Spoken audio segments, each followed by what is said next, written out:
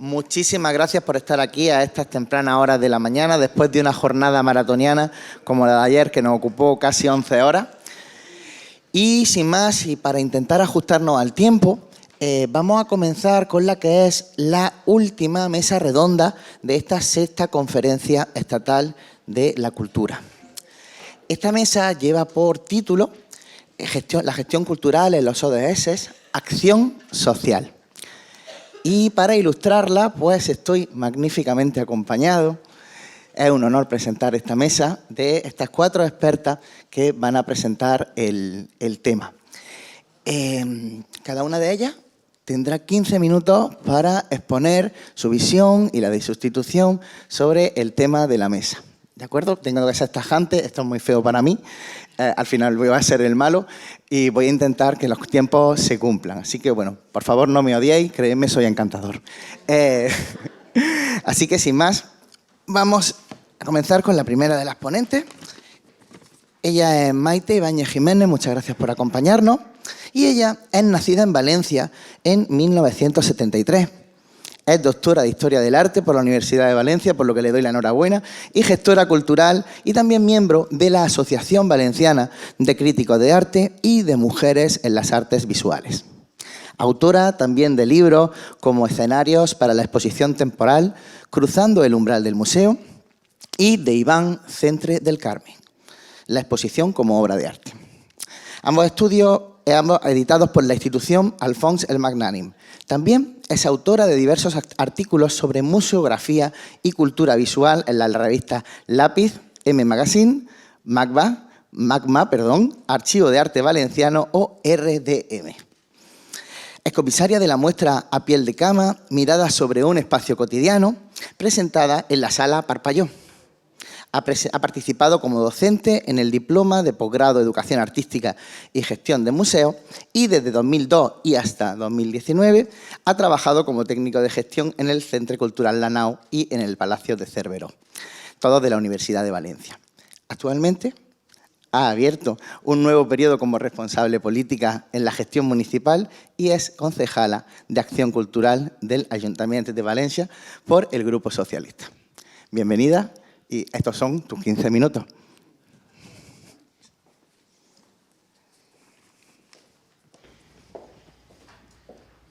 ¿Se escucha? Sí. Bueno, pues muchísimas gracias por la presentación. Gracias a todos y a todas por acompañarnos. Y, en primer lugar, quiero felicitar a la organización de esta Conferencia Estatal de la Cultura porque me consta la buena respuesta y los contenidos tan interesantes que se están debatiendo. Para mí es un placer estar aquí desde las dos partes, como decías, desde la gestión cultural, porque, bueno, he hecho un paréntesis, pero sí que he estado 20 años trabajando junto a algunos de vosotros y también desde la parte política, sobre todo porque yo considero que trabajar en cultura es una forma de vida. Y yo creo que aquí se han sumado diferentes experiencias y desde diferentes modos de ver la cultura desde diferentes lugares también de España, y eso sin duda es enriquecedor. Sabemos que la cultura es un eje fundamental para el bienestar, se ha comentado desde el inicio de esta conferencia estatal, cómo el impulso de la cultura como un derecho debería fortalecer cuestiones básicas como la participación, la accesibilidad, junto al reconocimiento hacia los y las creadoras y las industrias culturales. Y desde ese camino, en Valencia consideramos básico fomentar la cultura que integre los objetivos de desarrollo sostenible, no solo para reconocer indicadores clásicos como el Producto Interior Bruto o el empleo, sino también para valorar las condiciones de hábitat y de calidad de vida.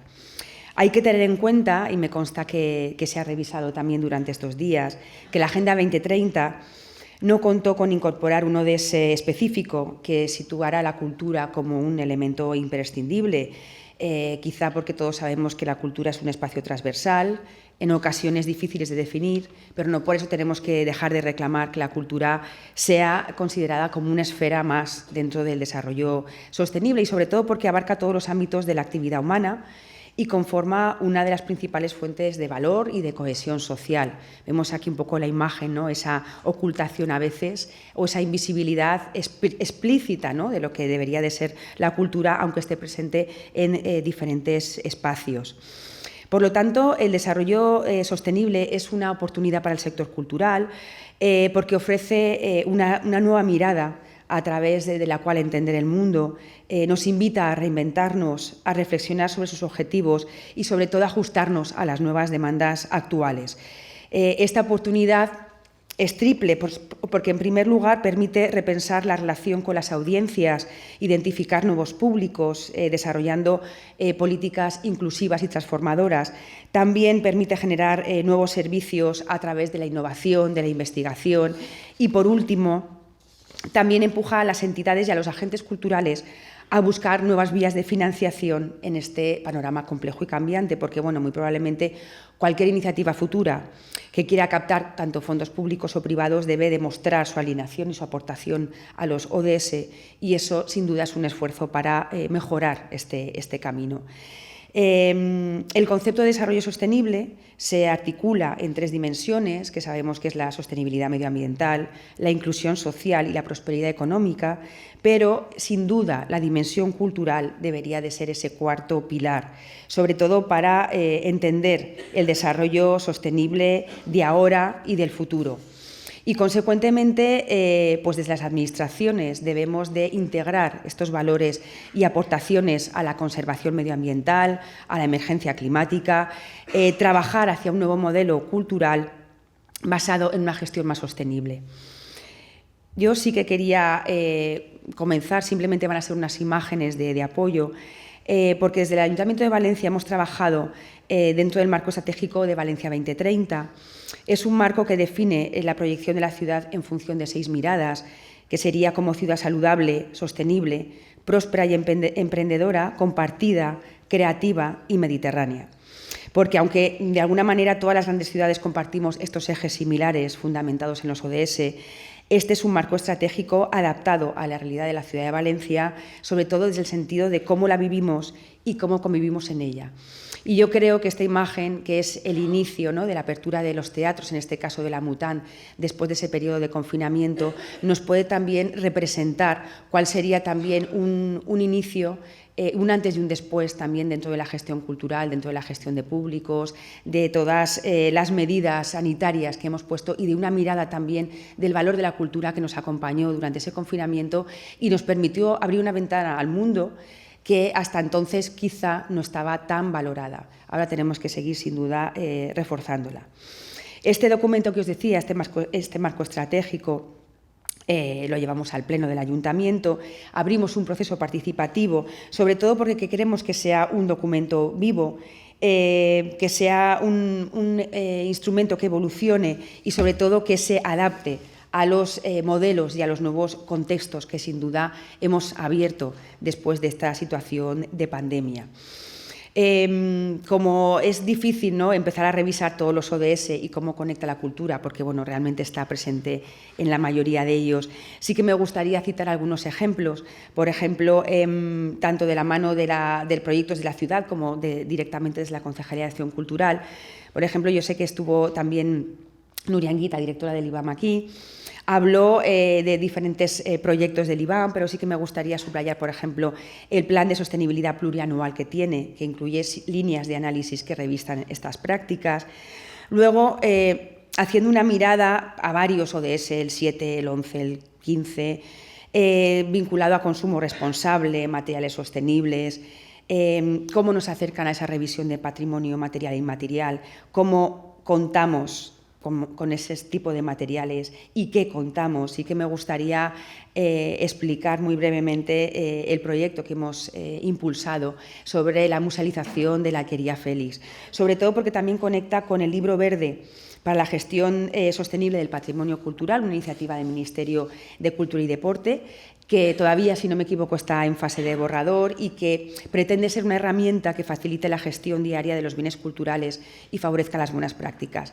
En este caso, hemos querido también poner en valor la memoria del lugar, el conocimiento de un contexto de la Alquería de Félix, explicando cómo era antes también la vida en la huerta, completado con un audiovisual sobre Félix Valls, que es el último propietario, y también poniendo en valor entre otros, un elemento fundamental como es un criadero de gusanos de seda, el más antiguo y conservado que queda en la ciudad, del siglo XVIII, que ha sido restaurado y que de alguna manera nos conecta a esta vivienda de labradores, que en el piso superior contaba con un secadero de hojas de tabaco y criadero de gusanos de seda, y sobre todo porque este espacio está vinculado a la Concejalía de Juventud, porque era importante conectar no solamente el cultivo, la alimentación sostenible, el conocimiento del producto de proximidad, sino también la tradición, conectar la tradición oral entre los mayores de la zona y los colegios y los institutos para crear esta plataforma de unión de ambas generaciones.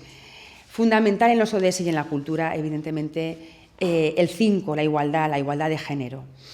En este caso, desde que entramos en esta legislatura en el Ayuntamiento, potenciamos esa igualdad desde diferentes sectores. En primer lugar, Valencia cuenta con una red de 33 bibliotecas municipales que además están distribuidas en diferentes barrios de la ciudad y, por lo tanto, queríamos dinamizarlas como pequeños centros culturales que estuvieran conectados con los vecinos y vecinas.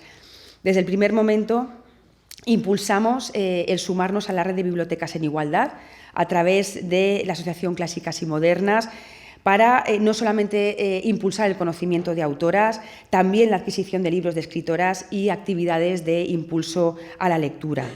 También hemos trabajado desde el mundo del cine, esta es otra imagen de biblioteca, desde el mundo del cine con Donai Cinema, desde la Asociación CIMA, sobre todo del programa Atenea, porque apoya a estudiantes directoras en la fase final de su carrera a través de una serie de tutorías personalizadas con expertas del sector para potenciar esa viabilidad de proyectos, porque nos dábamos cuenta que dentro del mundo del cine había muchas profesiones de mujeres, pero de directoras realmente había un porcentaje muy bajo, y aquí lo importante no es solamente impulsar las directoras en su fase de formación, sino también que las mentoras sean directoras para que tengan mujeres de referencia, que muchas veces no sabemos nombrar directoras de cine porque nos falta esa conexión. Y luego también estamos trabajando, que en breve lo contaremos, un proyecto muy ilusionante con mujeres en las artes visuales.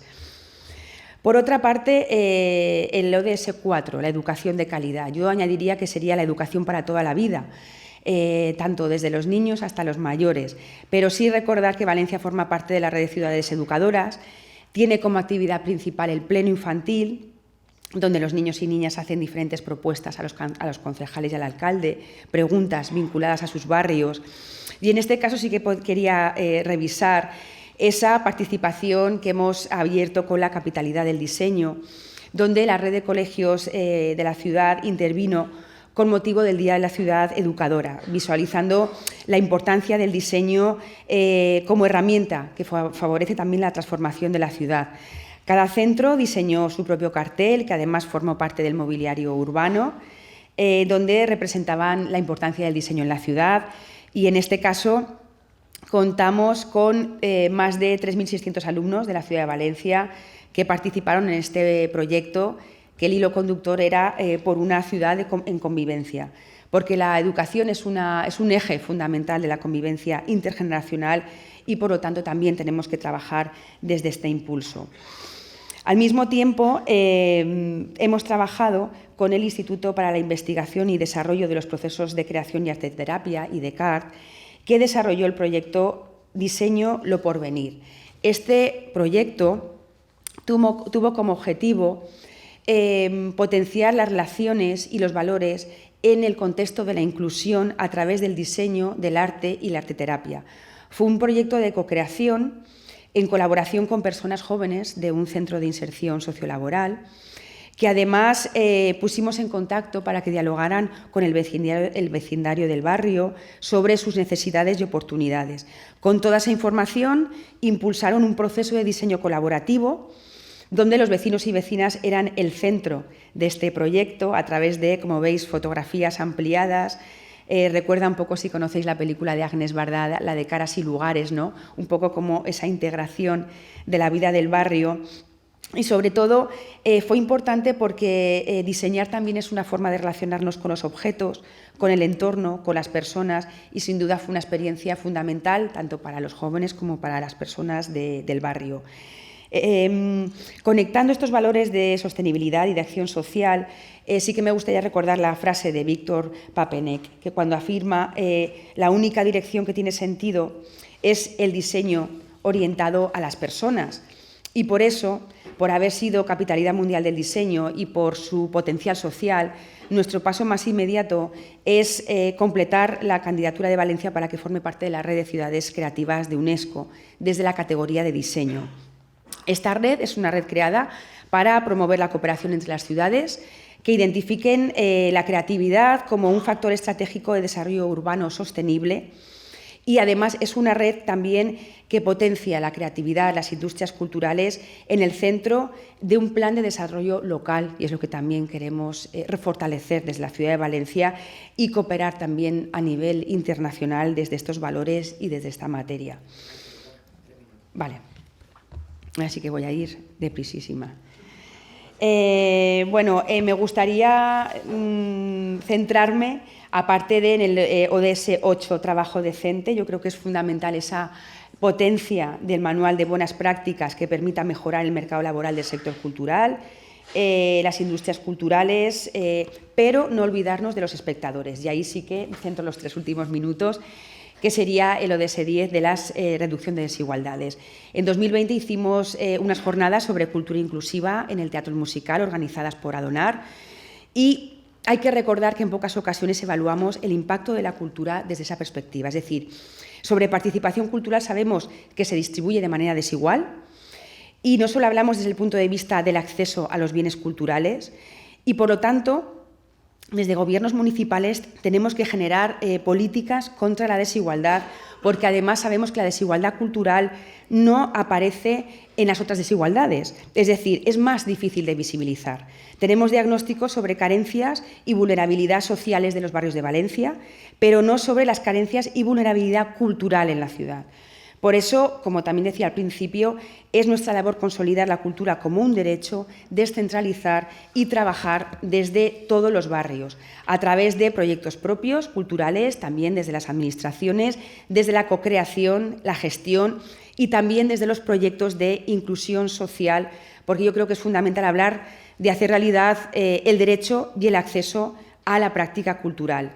Si algo ha demostrado la cultura en estos difíciles momentos de pandemia y de pospandemia ha sido su capacidad estratégica de conectar con el público. Al fin y al cabo, sabemos que tanto el espectador digital como el presencial busca un estímulo para ejercer de contador de historias.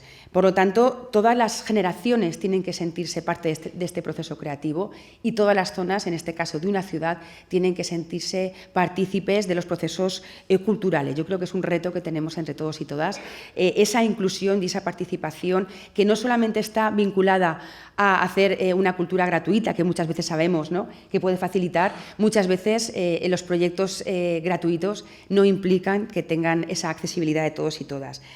La cultura proporciona una fórmula esperanzadora de mirar al mundo, o al menos de entretenernos mientras el mundo se recompone, y yo creo que desde esa perspectiva hemos iniciado esta década, sabiendo además que el ejercicio de convivencia y de creatividad se va a conseguir si seguimos viviendo conectados por la cultura y también por los valores de la conservación de nuestro planeta. Muchas gracias.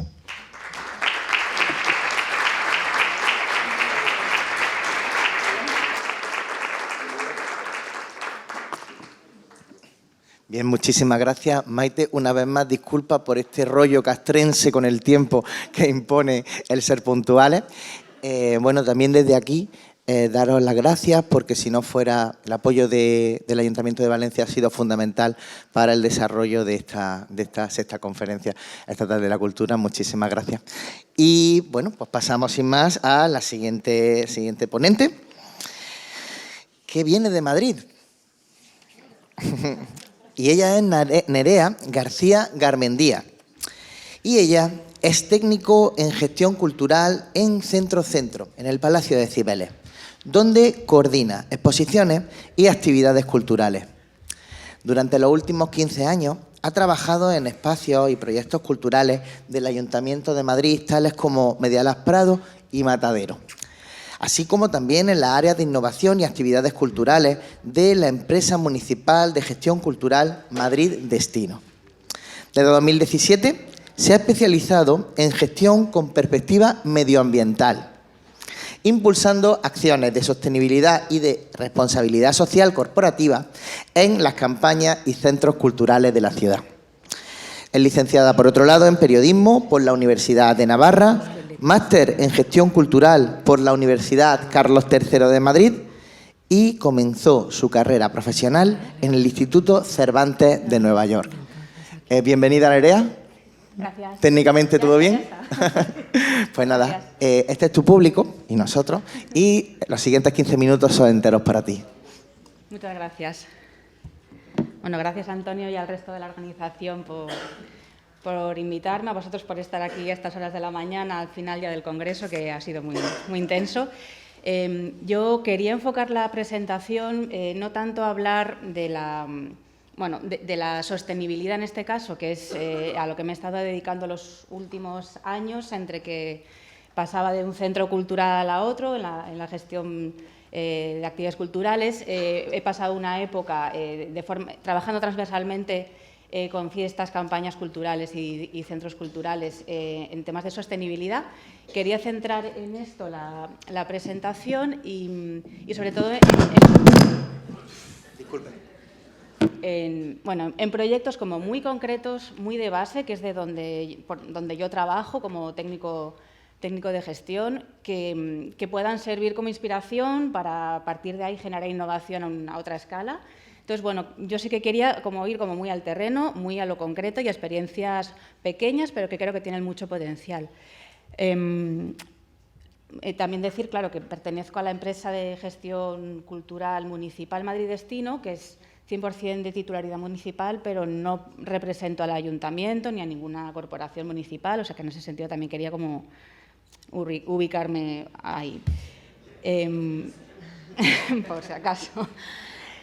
Bueno, aquí para hacer un repaso rápido, en mi trayectoria dentro de los centros culturales municipales he trabajado en el ahora desaparecido Media Lab, el Matadero, ahora en Centro como responsable de exposiciones y actividades culturales, pero bueno, como os decía, voy a hablar sobre todo de la tarea transversal de intentar arrancar desde cero un proyecto que tuviera la sostenibilidad en el centro, en una empresa en la que hasta ahora pues, las prácticas de trabajo, las lógicas, los departamentos, espacios, tenían formas de trabajar pues, muy compartimentadas, muy propias, muy específicas, muy burocratizadas también. Y eso pues, ha supuesto un reto que ahora os voy a detallar.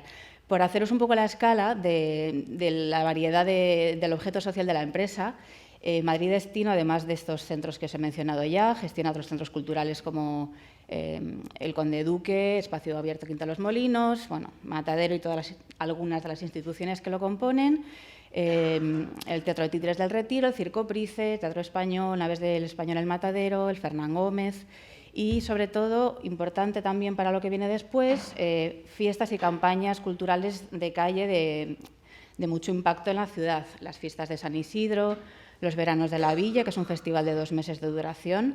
En verano, la Navidad, la cabalgata de los Reyes Magos, Año Nuevo Chino, Carnaval, etc.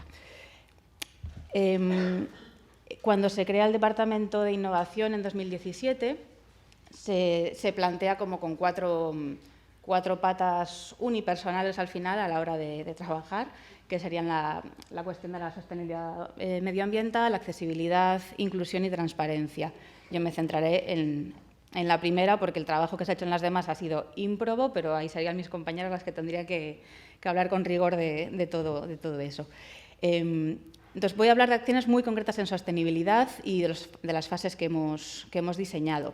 Empezamos planteando un diagnóstico de RSC de toda la empresa para, a partir de ahí, definir aquellos aspectos en los que teníamos que hacer especial hincapié, más allá de las normativas, ordenanzas, leyes, instrucciones que nos serán de aplicación, que no voy a entrar aquí a debatir porque por su obligado cumplimiento eran de cajón.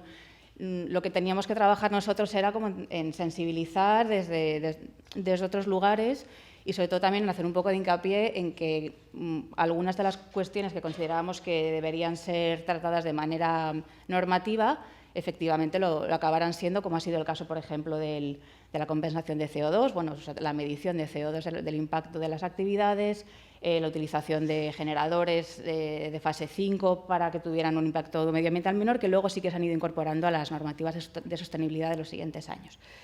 Pero bueno, dejando toda esa parte normativa a un lado, voy a hablar de cosas muy concretas, como por ejemplo el punto de intercambio de juguetes, que fue una de las acciones que tuvo como que fue más permanente a lo largo de las campañas de Navidad que instalamos en el Centro Cultural Conde Duque.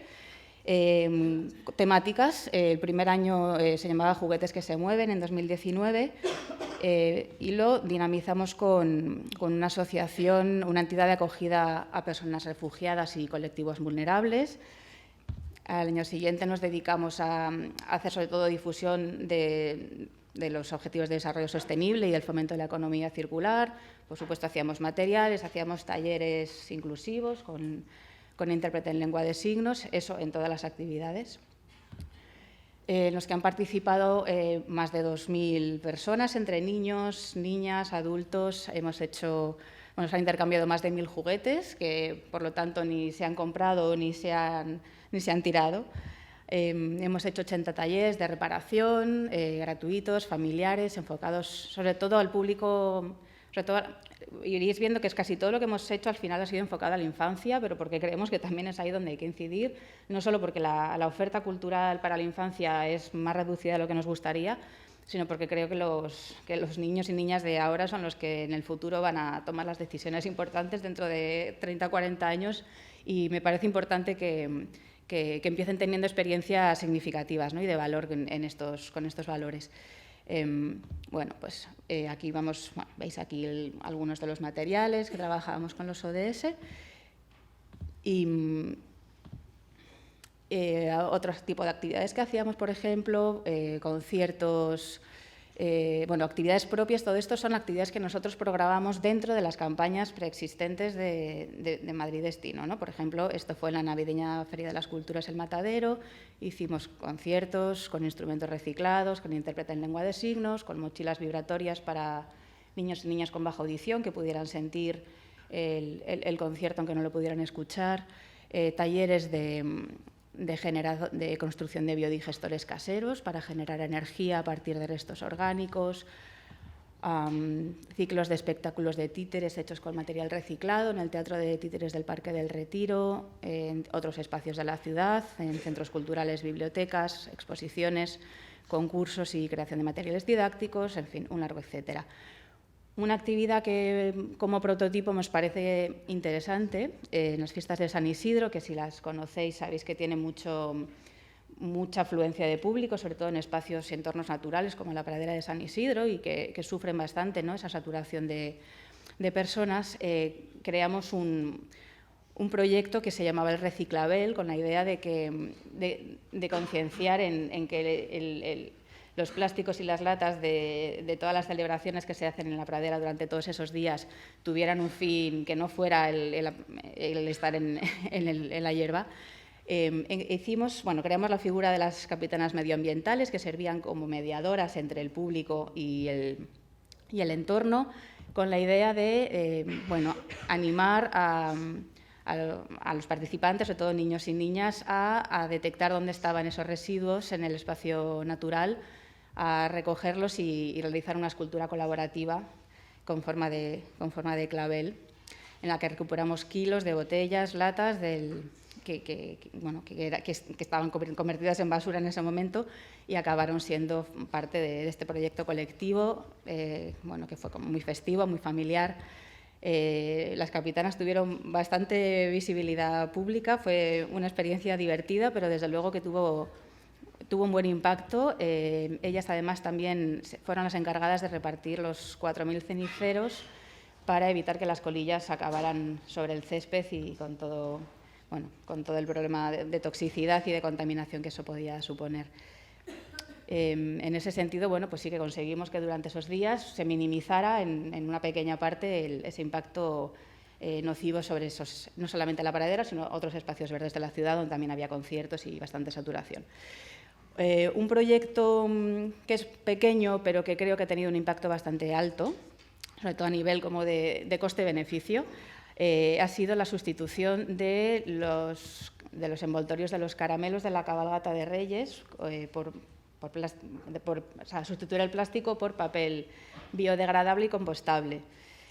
Anualmente se arrojan al público, al pavimento, entre 2 y 3 toneladas de caramelos que muchas veces acaban en el suelo, en las alcantarillas y que a partir de, que desde hace 3 años por lo menos son pues, biodegradables y desechables en la fracción de orgánica. Eso ha tenido bastante acogida en general, no ha generado mucho conflicto político, que eso también es otra de las cuestiones que ya podríamos hablar, pero bueno, me lo dejo para el final si me da tiempo. Quería también hacer un poco de hincapié en que hemos generado un poco desde cero colaboraciones con socios que deberían haber sido socios naturales desde un primer momento, como el área de medio ambiente, con los que pues hemos desarrollado una relación estrecha de colaboración, al final también basada en la voluntad de las personas que estábamos ahí intentando hacer las cosas, ¿no? Entonces, aunque todo suena siempre como muy institucional y como muy formal, al final no dejamos de ser personas que estamos tocando puertas, que estamos buscando alianzas y gente con motivación y voluntad de colaborar. Así que, con ello, sobre todo, lo que hicimos fue añadir una capa intentamos formar el brazo, ¿no? La extensión a donde Medio Ambiente no llega con sus campañas de difusión y de sensibilización. Ahí estábamos nosotros para aprovechar el impacto y la difusión de los eventos de ciudad que Madrid Destino organiza para ayudar a plantear estos puntos de información y de sensibilización. Por ejemplo, pues en las actividades de San Isidro, en el Año Nuevo Chino, en la navideña Feria de las Culturas de Matadero, en el Carnaval, en Veranos de la Villa. Aquí repartimos, por ejemplo, como 1000 cubos de la fracción de orgánico en el momento en el que se estaba implantando paulatinamente este tipo de separación en los barrios de Madrid, que ha sido bastante reciente. Elaboramos materiales infantiles, guías de separación, y utilizábamos el enorme potencial de comunicación de las pantallas de los grandes escenarios de los conciertos para incluir recomendaciones sobre separación correcta de residuos accesibles en lengua de signos.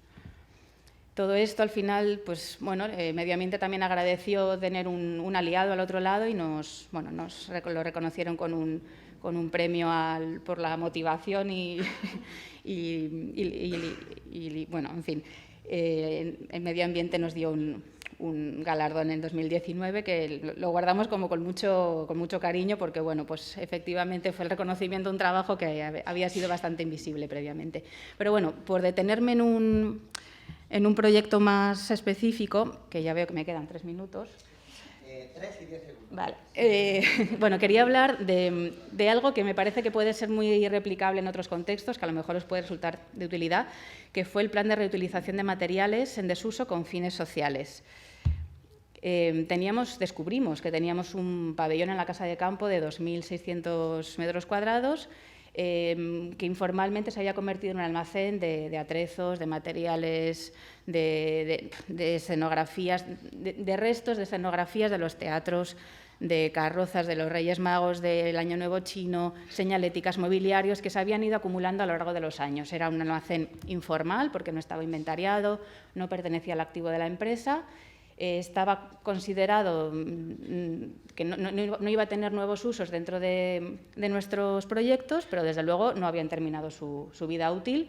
Y yo cuando lo descubrí y lo convertí en mi gesta personal y dije, esto tiene que tener una salida, esto no va a ir a un punto limpio. Todo esto era porque de ahí a 3 meses iban a empezar unas obras, iban a demoler ese pabellón, con lo cual había que buscarle un final digno a todo esto. Como veis, todo tipo de materiales con muchas posibilidades. Así que nos pusimos en marcha muy rápidamente. Nos sentamos con equipos técnicos y artísticos del Año Nuevo Chino, de San Isidro, Veranos de la Villa, Cabalgata de Reyes, la Navidad, con los departamentos de seguridad, asesoría técnica de proyectos, área jurídica, dirección de bibliotecas y archivos del ayuntamiento, innovación de la empresa de transportes, red de huertos urbanos, medio ambiente, residuos urbanos, en fin. Nos pusimos como locos a tocar todas las puertas. Y bueno, y a investigar como detectives y tener la grandísima suerte de descubrir 2 proyectos sociales que fueron un match directo y que, bueno, y ahora ya os contaremos. El primero fue el FRE, el Fondo de Recursos Escénicos, que es una iniciativa sin ánimo de lucro que se dedica a conectar materiales existentes dormidos en almacenes de teatros públicos o privados, de salas, con la red de salas y de compañías teatrales que tienen pues, bajos recursos, son amateurs y no tienen capacidad ni espacios para almacenar este tipo de materiales. Entonces, por un lado, ellos conseguimos hacer un convenio no sin mucha dificultad y mucha innovación jurídica, y por otro lado conocimos también a Relabs, que es el laboratorio de residuos vivos del colectivo Basurama, que hacía un mapeo del sistema de gestión de los recursos de los almacenes y los espacios del ayuntamiento para darles salidas, generar nuevos espacios de juego en el espacio público y proponer nuevos sistemas de gestión.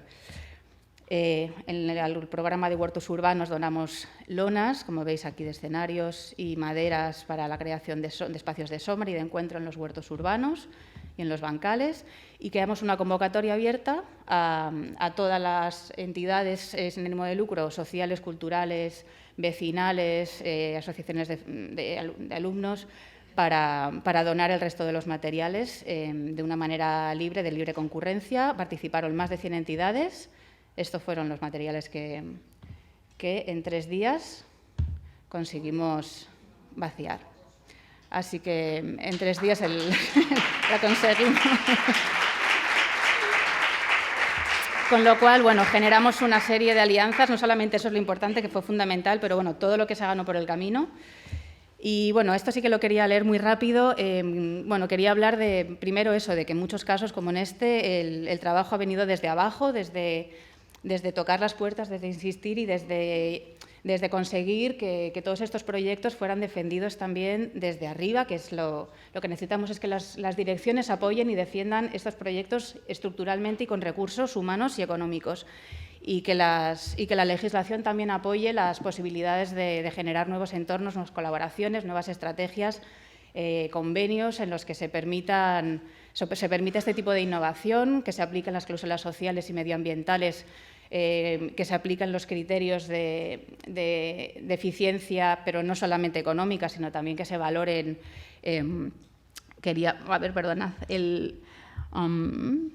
Bueno, que se sistematice y que objetivamente no solamente sea la parte económica lo que defina los contratos públicos, sino que también sean los criterios de calidad no cuantificables, y que la responsabilidad del uso del dinero público se base también se vaya a aquellos lugares en los que aquellas empresas, y poner en valor el trabajo de aquellos colectivos que realmente merece que existan, porque están intentando hacer las cosas mejor, y es nuestra labor también apoyarles. Así que nada, muchas gracias.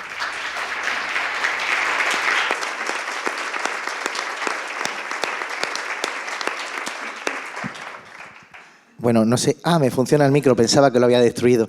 Muchas gracias, Nerea, por tu presentación. Me parece fabuloso cómo has conseguido poner en marcha acciones transversales tan interesantes y, si me permite, en ese enjambre de actividades y de departamentos que es Madrid Destino. Así que muchísimas gracias. Y sin más, vamos a dar paso a una invitada muy especial. Ella es Susana Grasa. Es miembro del Ejecutivo del Consejo de Administración de GEAC, la empresa cultural del Ayuntamiento de Lisboa. Anteriormente, fue directora de proyectos en el Fondo Europeo para los Medios de Comunicación y la Información, Fundação Carlos Gulbenkian. Lo he dicho bien, ¿verdad? Sí. Ella ha sido consejera de Relaciones Económicas y Grants de la Embajada de Noruega en Lisboa, y también directora de Servicios de Planificación, Información y Recursos Humanos en la Dirección General das Artes DG del Ministerio de Cultura. Diseñó y gestionó el programa e-Grants for the Arts en el Ministerio de Cultura. Diseñó y coordinó la Comisión de Seguimiento y Evaluación en el área de arte de la región de Lisboa y del Valle del Tajo entre 2008 y 2012, y ocupó diversos cargos directivos en organismos del Ministerio de Cultura portugués.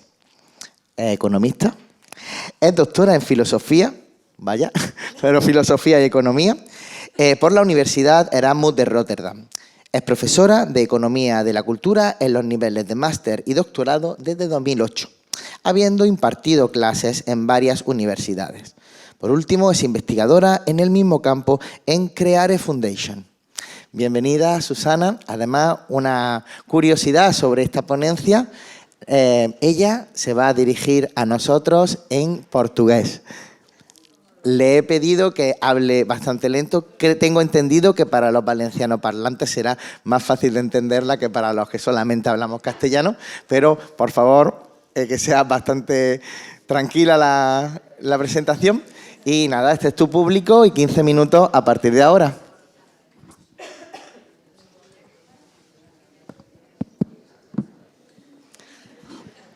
Bom dia.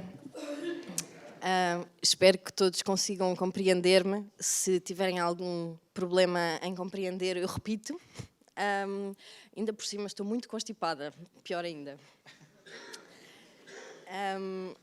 Em primeiro lugar, queria agradecer o convite para estar aqui. E o convite foi dirigido ao vereador da Cultura da Câmara Municipal de Lisboa. E em nome dele queria transmitir os seus cumprimentos. Em primeiro lugar, se calhar, dizer o que é a EGEAC. A EGEAC também é uma empresa municipal de cultura, exclusivamente detida pela Câmara Municipal. Temos 22 espaços culturais que são geridos diretamente por nós, teatros, museus, galerias e, inclusivamente, o Castelo de São Jorge, que é o monumento mais visitado de Portugal. Também faz parte da EGEAC.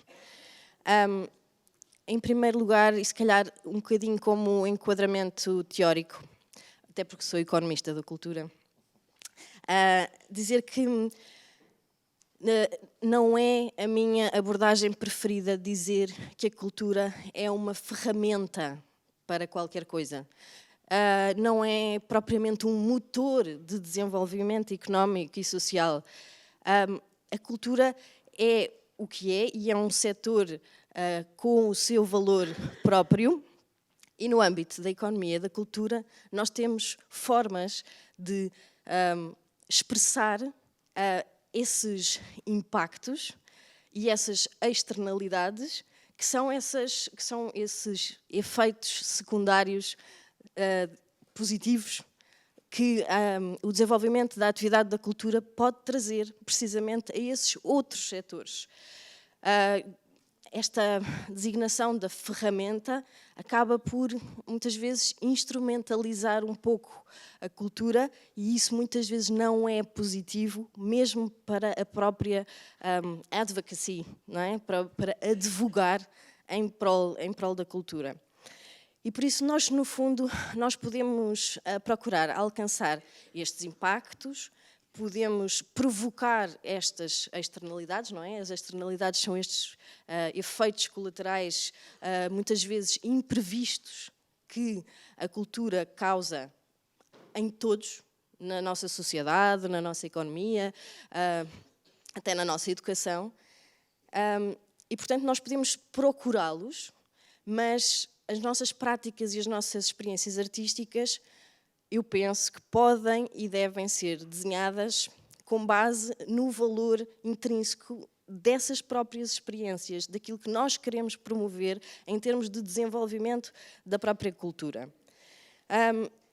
Porque este setor da cultura tem o seu valor próprio, até, na verdade, tem os seus valores próprios.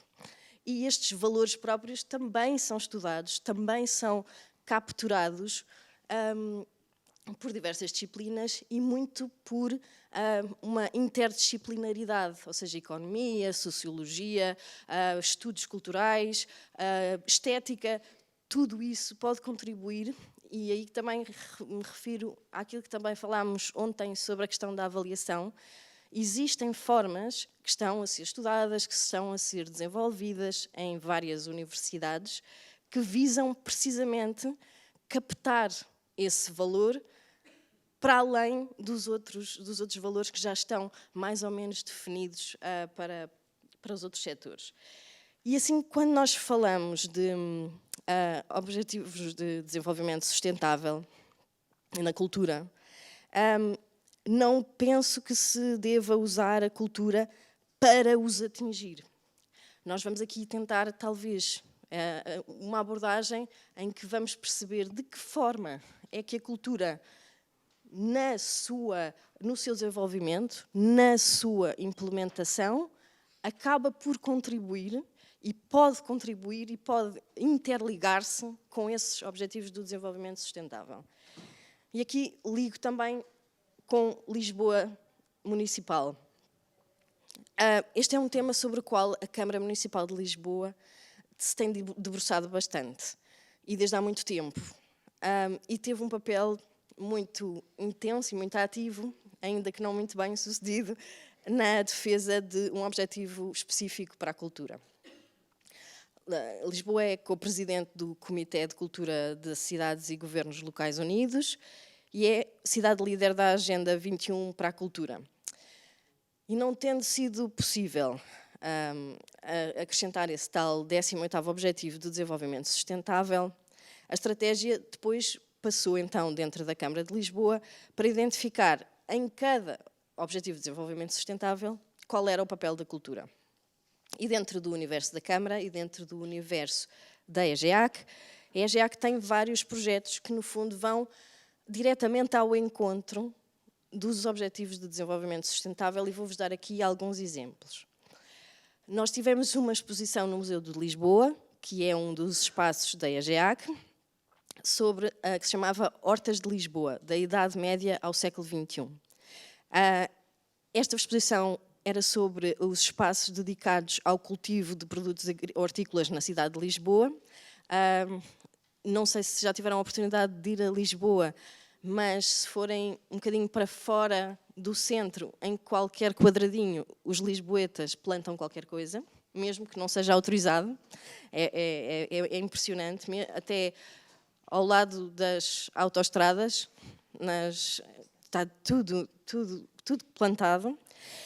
E nós consideramos que isto é muito importante porque foi um projeto que adveio é um projeto de base antropológica, essencialmente, com uma visão artística ao nível da fotografia, mas que, obviamente, nos parece que contribui para o objetivo número 13 da ação climática e o 11 das cidades sustentáveis, desde logo por via da divulgação, precisamente, da existência dessas hortas e da possibilidade dos lisboetas e das pessoas que vivem em Lisboa poderem utilizar esses espaços, para além de depois ter havido uma série de projetos subsequentes, de projetos de proximidade com várias comunidades e a existência de um blog de partilha de experiências em que as hortas, a permacultura, etc., foram todas bastante exploradas.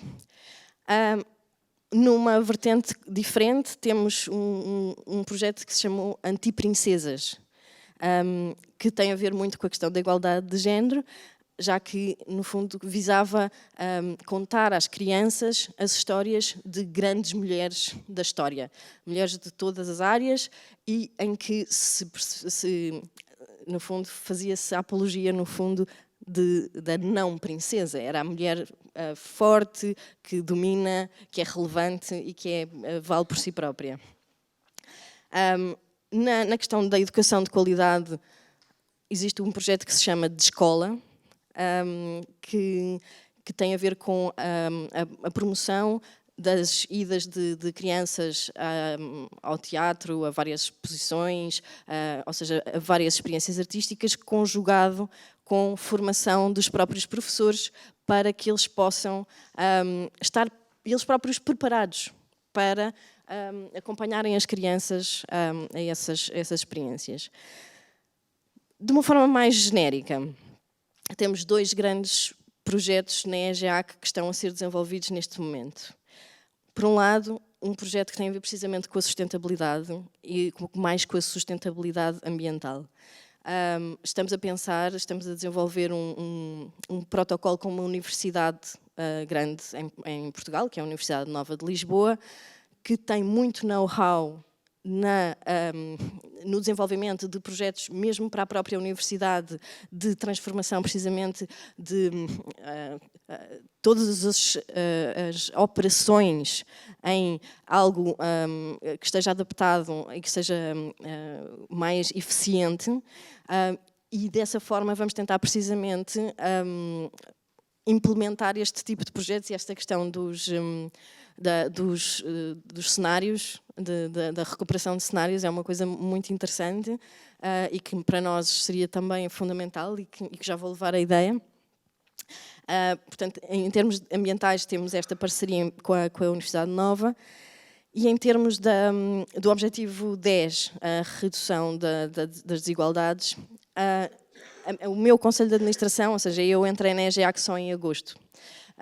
Mas a primeira coisa que nós fizemos foi definir uma pessoa para ser o responsável, o ponto focal a partir da sede da EGEAC, porque nós somos uma empresa polarizada, não é? São 22 espaços que têm os seus respectivos diretores, mas temos uma pessoa agora na sede que está responsável precisamente por todas as questões de acessibilidade, igualdade e diversidade. Ou seja, nós sabíamos que vários dos nossos espaços estavam a dar passos no caminho de permitir uma maior acessibilidade, uma maior diversidade, uma maior representatividade também naquilo que é exposto, naquilo que são os espetáculos apresentados. No entanto, tem havido uma grande disparidade, dependia do diretor do espaço que estava em causa. E assim, com este ponto focal, o que vamos tentar fazer é ter um padrão mínimo em que todos os espaços, pelo menos, tenham determinadas medidas implementadas.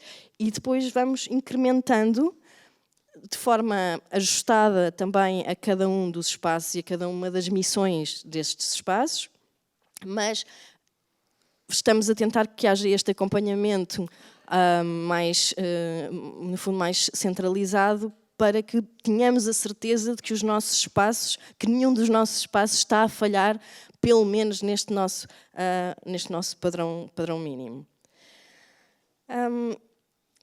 E esta pessoa também vai trabalhar com outra que também fomos nós que introduzimos, que irá trabalhar precisamente com projetos de proximidade.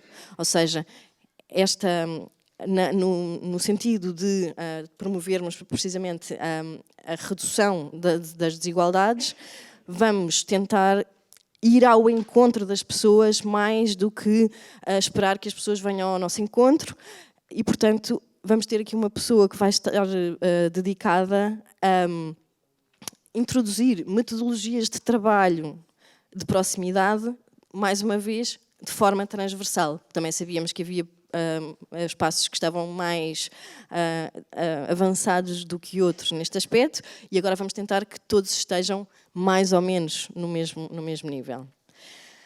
No fundo, aquilo que eu considero é que, de uma forma geral, o desafio é questionarmos-nos sempre, quando desenvolvemos qualquer projeto, qual é o nosso porquê? Porquê é que estamos a fazer isto? E aquilo que acaba por acontecer quando nós perguntamos qual é o nosso porquê, é que chegamos à conclusão que os nossos propósitos coincidem em muitos aspectos com os propósitos dos Objetivos de Desenvolvimento Sustentável. E é nesta interação que surgem, de facto, as ações que têm esses tais impactos. E por isso, aquilo que penso que seja fundamental nós basearmos, sempre que nos lançamos num novo projeto, é perguntarmos mesmo o que é que estamos aqui a fazer. Obrigada.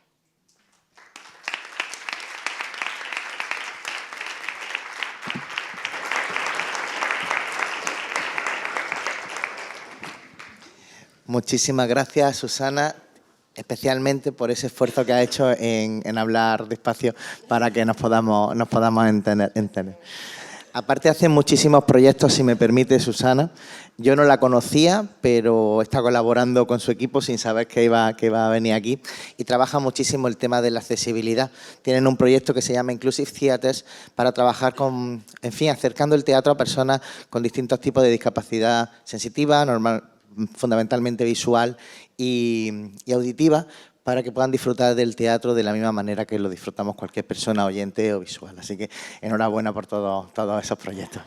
Muy bien, pues sin más continuamos, porque tenemos una flamante intervención ahora de Tamara Martínez López. Antes han hablado de Madrid, antes han hablado de Valencia, antes han hablado de Lisboa, y ella va a hablar, creo que desde el ámbito de un municipio más pequeño, ¿verdad?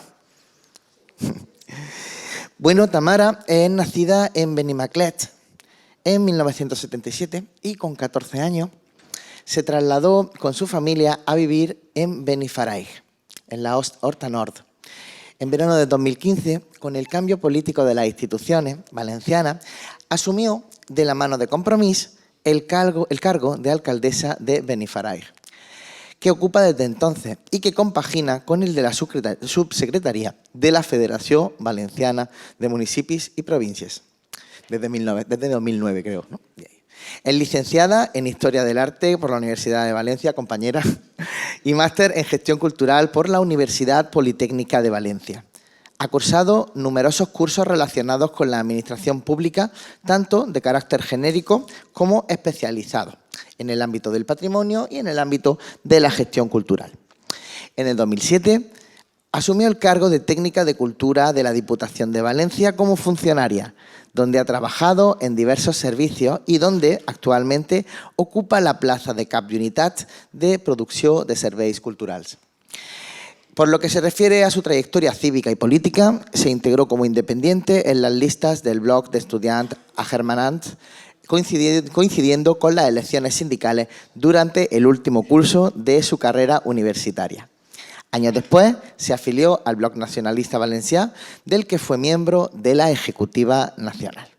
Bienvenida, muchas gracias por estar aquí. Y bueno, como he dicho anteriormente, pues nosotros somos tu público, 15 minutos, tendré que ser tajante en esto y tengo muchas ganas de escuchar tu intervención.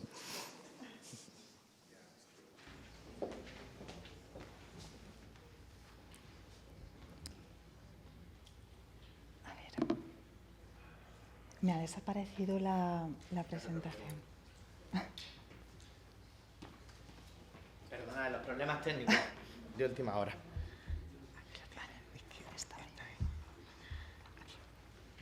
Vale, perfecto. Bon dia a totes y a tots. Buenos días a todas y a todos. Quería agradecer a la organización la posibilidad que nos ha dado desde la Federación Valenciana de Municipios y Provincias por intervenir y por acercar un poco la visión municipalista al ámbito de la gestión cultural. Me encuentro hoy aquí en representación de la Federación Valenciana de Municipios y Provincias, como representante también de la Alcaldía de Benifaraig. Benifaraig es una pedanía de unos 1.000 habitantes aproximadamente, a 5 kilómetros de la ciudad de Valencia, que depende administrativamente y orgánicamente del Ayuntamiento de Valencia. Por lo tanto, no tenemos autonomía de gestión, salvo un reducido presupuesto que gestionamos en materia de cultura y de fiestas desde la propia alcaldía. Bien, en primer lugar, voy a trasladaros un poco lo que es la visión desde la Federación Valenciana de Municipios y Provincias y qué es lo que hacemos en materia de cultura para poner en valor el municipalismo valenciano. La Federación Valenciana de Municipios y Provincias es una asociación sin ánimo de lucro que aglutina a los municipios, diputaciones y entidades locales del ámbito territorial del país valenciano que decidan voluntariamente y a través de un acuerdo del Pleno del Ayuntamiento o del Pleno de la entidad local adherirse para la defensa de sus intereses, para la promoción de la autonomía local y para la defensa del principio de solidaridad. ¿De acuerdo?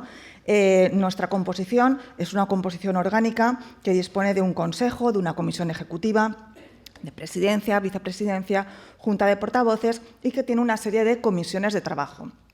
Esas comisiones de trabajo son foros de debate, son lugares donde se discuten, se redactan documentos que tienen que ver con aquellos temas que son del ámbito del interés de los municipios y de las entidades locales a las cuales nosotros representamos y que no tienen carácter vinculante, es decir, que se da traslado a los municipios, a nuestros asociados, y ellos deciden si aplican o no aplican esos informes que las comisiones de trabajo realizan y que elevan a nuestros asociados. En materia de cultura, la comisión de la que disponemos es la Comisión de Educación, Cultura, Patrimonio Cultural, Deportes y Juventud. Como veis, un enunciado bastante amplio que da una idea de en el ámbito en el que nos movemos el sector de la cultura, que en cierta medida, dependiendo de cómo se vertebre el ámbito de la visión cultural y cómo se gestione desde el ámbito de la política, pues parece ser que sea un sector que tenga cabida en muchos ámbitos, en muchos cajones y unas vinculaciones ciertamente con diferentes materias. Nosotros, lo que son acciones propiamente que realizamos en el ámbito de la cultura, sí que me gustaría trasladaros una, que ha sido la de Achorna no canceles, que llevamos a cabo durante el año 2020, en la cual estuvimos muy en contacto con la Asociación de Gestores y Gestoras Culturales del País Valenciano, porque nos trasladaron la necesidad de, desde el municipalismo, crear conciencia para no cancelar las programaciones culturales, sino para tratar de aplazarlas, viendo la necesidad que había en aquel momento de no fallar al sector profesional, un sector ya de por sí bastante vilipendiado y que en aquel momento vivió con cierta angustia el tema de cómo el sector profesional y cómo el sector económico y todo el movimiento económico que producía se veía amenazado por la cancelación de programaciones culturales por parte de las entidades e instituciones públicas que ciertamente lo hacían, entiendo, desde el desconocimiento, ¿de acuerdo? Pero ¿Podrías tratar de acercar para que veas toda la pantalla? Claro. Perdona, la interrupción. Te doy unos segundos más. Gracias. Pero, por otra parte, con esta acción lo que queríamos hacer no solamente era proteger, fomentar y defender los intereses del tejido profesional y cultural valenciano, sino lo que queríamos hacer también era proteger el derecho de la ciudadanía a la cultura, que en esos momentos tan difíciles precisamente fue la que nos dio una vía de escape para soportar la situación. Y también porque en ese momento la cultura seguía siendo transmisión de ideas, seguía siendo pensamiento, creación y seguía siendo libertad desde aquellos lugares en los que nos encontrábamos. Yo recuerdo perfectamente cómo desde la Diputación de Valencia, porque yo simultaneo la dedicación política a la dedicación profesional, tratábamos también de generar ciertas políticas en el sentido de allí donde estaban los profesionales de la cultura, allí desde donde podían aportar en sus casas, encerrados, a través de videoconferencias, a través de creaciones musicales para trasladar la moral a la población de que la cultura iba a seguir, de que la cultura estaba siendo una vía de escape, de que el sector cultural lo estaba pasando mal, pero iba a estar ahí, tratamos de apoyarlo también. En materia de reconocimiento de prácticas culturales que realizan nuestros municipios, nosotros disponemos de unos premios, son los premios al Bon Govern, que tienen 9 categorías, entre las cuales se encuentran la cultura y la normalización lingüística. Estos premios, como digo, son un reconocimiento a las buenas prácticas culturales por parte de nuestros municipios, pero también son unos premios que lo que tratan es de promover la calidad de las políticas públicas en el ámbito local. Los instauramos en el año 2017 porque sí que vimos que había muchos municipios que, gracias a la imaginación, gracias a las ideas que tienen sus cuerpos técnicos, sus cuerpos políticos, implementaban políticas en el territorio que daban soluciones a problemáticas, pero que también eran fomento de participación, de creación y de protección de derechos culturales. En este sentido, desde el año 2017, hemos premiado una serie de propuestas, como fue, por ejemplo, la de Valoracció del Ayuntamiento de Mislata, que lo que hacía era agrupar acciones y actividades dirigidas a la juventud con la participación de los centros de enseñanza del municipio. En el año 2018, el proyecto que se premió fue el Zigzag a Robalí, que era Fomento Internacional de la Lectura, presentado por el Ayuntamiento de Muro. En el año 2019, el segundo Festival de Cine y Música de Castelló, el CIM. En el año 2020, el Grafitea de Cheste, un festival de arte urbano internacional. Y en el año 2021 premiamos el proyecto Villa Eugenia Online, del Ayuntamiento de Godella. Y es este último en el que quería centrarme, porque este proyecto consideramos que es un proyecto representativo de las lógicas democráticas de la cultura para presente y para el futuro. Las personas que trabajamos en el ámbito de la cultura somos muy conscientes de que las políticas culturales pueden apelar a las grandes mayorías o reducir su alcance a un grupo selecto. Pero la lógica democrática lo que nos dice efectivamente es que debemos garantizar la cultura como un derecho y hacer de ella un campo de construcción de ciudadanía con unos ejes, ¿de acuerdo? Estos ejes que nosotros planteamos y que tratamos de que se vean reflejados en aquellos proyectos que seleccionamos como premiados en els Premis Bongober de la Federación Valenciana de Municipios y Provincias tienen ciertos ejes. Y esos ejes que tratamos que recojan son la descentralización, la participación, la proximidad, la desterritorialización, el desborde, la cooperación y la diversificación de los agentes. ¿Por qué el proyecto de Villa Eugenia? Villa Eugenia es una villa situada en el municipio de Godella, un municipio muy cercano a la ciudad de Valencia, en Nord-a-Nord, estará aproximadamente a unos 15 kilómetros si nos desplazamos por la ronda norte de la ciudad de Valencia. Y Godella, finales del siglo XIX, principios del XX, era considerada el lugar de veraneo, de esbarcho, que decimos, de recreo, en valenciano, de las clases burguesas valencianas, ¿de acuerdo?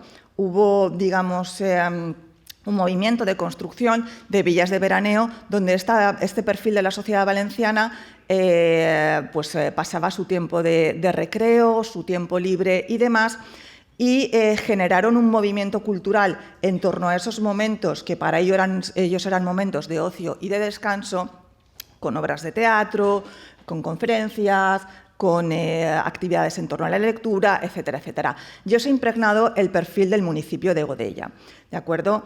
Una de estas villas de veraneo, además una villa que tiene un valor patrimonial en sí misma, porque representa una tipología de residencia de veraneo que además tiene elementos modernistas, fue recuperada como continente cultural, como contenedor cultural.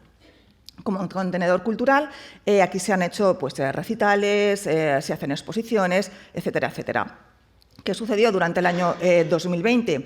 Pues que, como os comento, la actividad cultural en los municipios se vio afectada, se vio mermada, y el Ayuntamiento de Godella pensó que de alguna manera debería garantizar el acceso a la cultura de la ciudadanía y trasladarla no solamente a lo que era su núcleo de población, sus residentes, las personas que habitaban en Godella, sino que, aprovechando la tecnología, podían trasladarla mucho más allá. Es decir, la infinidad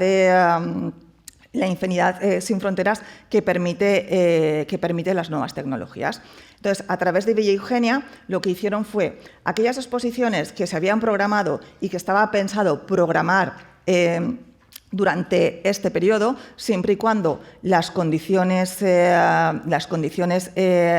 legales lo permitieron, se continuaron programando y se continuaron llevando a cabo, solo que no había un acceso físico del público a ellas. El consumo y el acceso al público fue a través de la página web que crearon. Y esta página web ha servido como repositorio de todas las exposiciones que ellos han programado en este centro cultural, pero también continúa sirviendo como el lugar no físico donde desde el Ayuntamiento de Godella se continúa difundiendo estas exposiciones. Y además es una muy buena herramienta que sirve a los artistas que forman parte de la programación cultural de Godella, porque les permite difundir aquello que crean, las exposiciones que llevan a cabo y también les sirve en cierta medida como catálogo. Como veis, de acuerdo. Como veis, la exposición se ofrece íntegramente dentro de lo que es la web de Villa Eugenia y podéis acceder a ella con los mismos contenidos que podréis acceder si la visitáis personalmente. Como comentaba, estas lógicas democráticas de la cultura, que desde nuestro punto de vista sí que se aplican en este proyecto, el proyecto de Villa Eugenia del Ayuntamiento de Godella, son políticas democráticas en las que hablábamos de la diversificación de agentes. Efectivamente, aquí tenemos el agente de la Administración Pública, el Ayuntamiento de Godella, están los propios artistas que continúan participando como encaje dentro de este contenedor cultural, que es un contenedor cultural que está en la red, pero en materia de diversificación de agentes y de lógicas democráticas de la cultura, sí que es cierto que las personas que conocéis la realidad cultural del País Valenciano, pues también tenemos otro tipo de agentes a los que prestamos ayuda, como pueden ser las sociedades musicales, que desde el ámbito no público, pero sí que con ayuda de lo público, pues han creado toda una red de escuelas de música, etcétera, etcétera. Un poco por centrar lo que es la actividad que nosotros realizamos y ponerla en sintonía con el título de esta mesa redonda, la cultura y los objetivos de desarrollo sostenible en la acción local. Esto es lo que nosotros hacemos desde la acción local, lo que nosotros fomentamos desde la Federación Valenciana de Municipios y Provincias. No sé yo decir que efectivamente, como había apuntado Maite, en los 17 objetivos que del año 2015 Naciones Unidas define para poner fin a la pobreza, para proteger el planeta y para fomentar la paz y prosperidad, que era un objetivo que a priori en el año 2030 debía estar cumplido, pues ciertamente a esta batalla de la inclusión de la cultura como estrategia específica dentro de estas políticas de desarrollo en los 17 objetivos, pues no nos han faltado a los profesionales de la cultura ni a las personas que estamos en contacto con las políticas culturales, no nos han faltado ni derrotas ni decepciones, puesto que, como sabéis, dentro de esos 17 objetivos la cultura no se ha incluido y hubo un movimiento porque esa decisión se revirtiera con el hashtag Culture 2030 Goal. Nos movemos ahora mismo en el ámbito de aceptar el discurso del cuarto pilar de la cultura que apuntó John Hawkes en el año 2001 y que ahora parece que estamos aceptando después de que el concepto de desarrollo sostenible se hubiera ordenado en torno a 3 ejes como eran el económico, el medioambiental y el social. Quizás deberíamos seguir reflexionando en este sentido porque sí, tenemos muy claro que la cultura es un sector, tenemos muy claro que la cultura es un vector de una dimensión transversal en la vida humana, en las políticas para el desarrollo sostenible, en la dimensión económica, en la dimensión medioambiental y social. Tiene que ser un sector más. Y si tratamos de vincular la cultura, el desarrollo sostenible y los derechos culturales, la cultura debe tener más presencia y debe ser la cuarta pata del desarrollo sostenible. En ese sentido, yo muchas veces me pregunto, y sí que me gustaría lanzar esta reflexión. Tenemos muy asumido que la cultura es un derecho, reconocido en la Declaración Universal de Derechos Humanos, pero si nos fijamos, cuando hay una mancança de derechos, que decimos en valenciano, cuando hay una falta de derechos, cuando hay una pérdida de derechos, cuando nos lanzamos a la calle para reivindicar ciertos derechos muy legítimos, sociales, sanidad y educación, ¿cuántas veces hemos sido conscientes de que perdemos también en estas crisis el derecho a la cultura, a la participación, al consumo cultural, a las políticas de democratización cultural y cuántas veces hemos ejercido el derecho de reivindicar públicamente ese derecho? Gracias.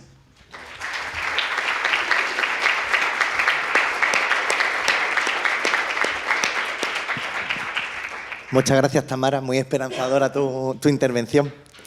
Bien, os agradezco profundamente que hayáis cumplido los tiempos y que no me hayáis, en fin, no pelearme es maravilloso en una cosa de esta.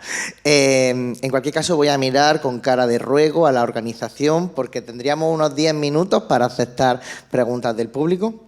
Miro cariñosamente a José María. 7 minutos, muy bien.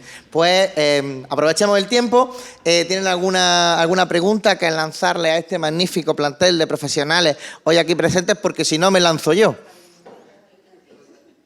Ah, pues empieza José María. ¿A José María? Hola, buenos días. Es una pregunta para Susana. A ver si igual lo has dicho y no lo he entendido, ¿vale? Te pregunto. En la EGEAC, ¿no? En la empresa, los trabajadores, los gestores culturales, gestoras, los trabajadores de la cultura, ¿son empleados públicos o también utilizáis para contratar trabajadores de la cultura, no empresas anejas, sino para trabajadores de la cultura, gestoras y gestores, utilizáis empresas externas privadas o todo es empleado funcionarios públicos? Mais ou menos. A empresa é de direito privado, mas o dono, a propriedade, é do município. Os trabalhadores não são funcionários públicos, são funcionários da empresa, regido pelo direito privado. Era isso? Gracias. ¿Alguna otra pregunta? Bueno, pues si no, me lanzo yo y voy a atacar directamente para que nos metamos en el turrón. Así a lo mejor se animan otras personas. Cada vez que implementamos algo, hay problemas. ¿Qué ha supuesto para vosotros implementar dentro de vuestras políticas culturales o acciones culturales los ODS? Porque siempre hay reticencias de los compañeros, de las personas que gestionamos, de los equipos. ¿Os habéis encontrado con esas reticencias? ¿Cómo las habéis superado? ¿Cuántos problemas habéis tenido para integrar los ODS dentro de vuestras acciones diarias? La lanzo en general a todos. ¿Quién se anima?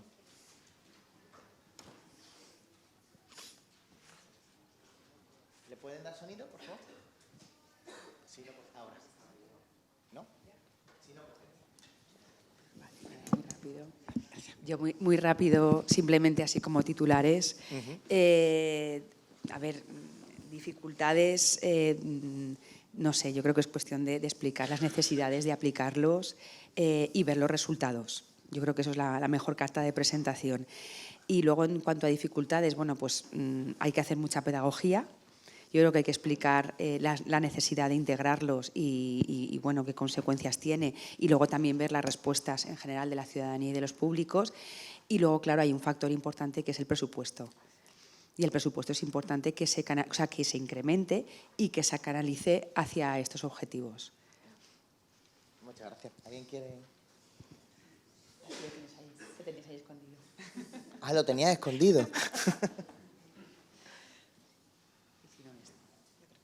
Ahora Sí. funciona, ¿verdad?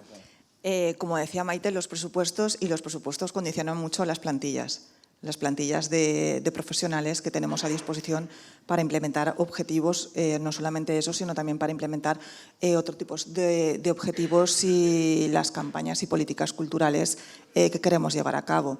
En la administración pública, por ejemplo, pues sabemos que tenemos en estos momentos plantillas funcionariales bastante menguadas, que estamos con procesos de bolsas de trabajo, de incorporación de nuevos recursos y demás. Y en ese sentido yo pienso que la administración pública tiene que tener una mayor sensibilidad a la hora de ampliar las plantillas de profesionales y con los perfiles adecuados si quiere evolucionar y seguir cumpliendo con ciertas políticas y también con ciertos objetivos que nos vienen pues a nivel global. Claro, es que yo me planteaba eso, así sea nada más que una labor de comunicación, entendiendo que a lo mejor podríamos estar haciendo ya implicación de los Objetivos de Desarrollo Sostenible sin saberlo, pero aunque simplemente sea a nivel comunicativo, ya es un esfuerzo extra. y dudo mucho que los presupuestos hayan crecido, más bien se habrán bajado. Entonces, claro, me planteaba si esos problemas los habéis tenido. ¿Alguien más quiere...? Bueno, yo solo para Sí, funciona. Solo por apuntar algo muy rápido, o sea, yo sí que he visto, como tú decías, que primero había una parte en la que había como que demostrar el movimiento andando, primero que había que empezar a hacer, ver que esos cambios, esas propuestas no eran disruptivas, o sea, esa reticencia inicial se desmontaba cuando empezábamos a hacer las cosas y se veía que era beneficioso para todos, hacia afuera y hacia adentro también. Luego la parte que nos ha costado más y que creo que es más común también al resto de entidades es que eso se transmita, o sea, eso llegue hasta arriba y empiece a apoyarse como una cuestión ya como de estrategia de la propia empresa, ¿no? Que se integre en la cultura empresarial, que se sistematice, que se normalice y que forme parte del día a día de cómo se trabaja, de cómo trabajan a todos los niveles en todos los departamentos, y eso sí que para mí es clave que se defienda desde una dirección, ¿no? Desde la gerencia. Y bueno, creo que eso ya también es una cuestión como que tiene mucho debate ahí, pero bueno, me parece que es importante que si hay alguien aquí que pueda estar en esa posición, pues que sí que tenga esa sensibilidad y que escuche y que entienda que todos esos cambios y procesos son al final beneficiosos a largo plazo. Claro. Directivo, atendernos.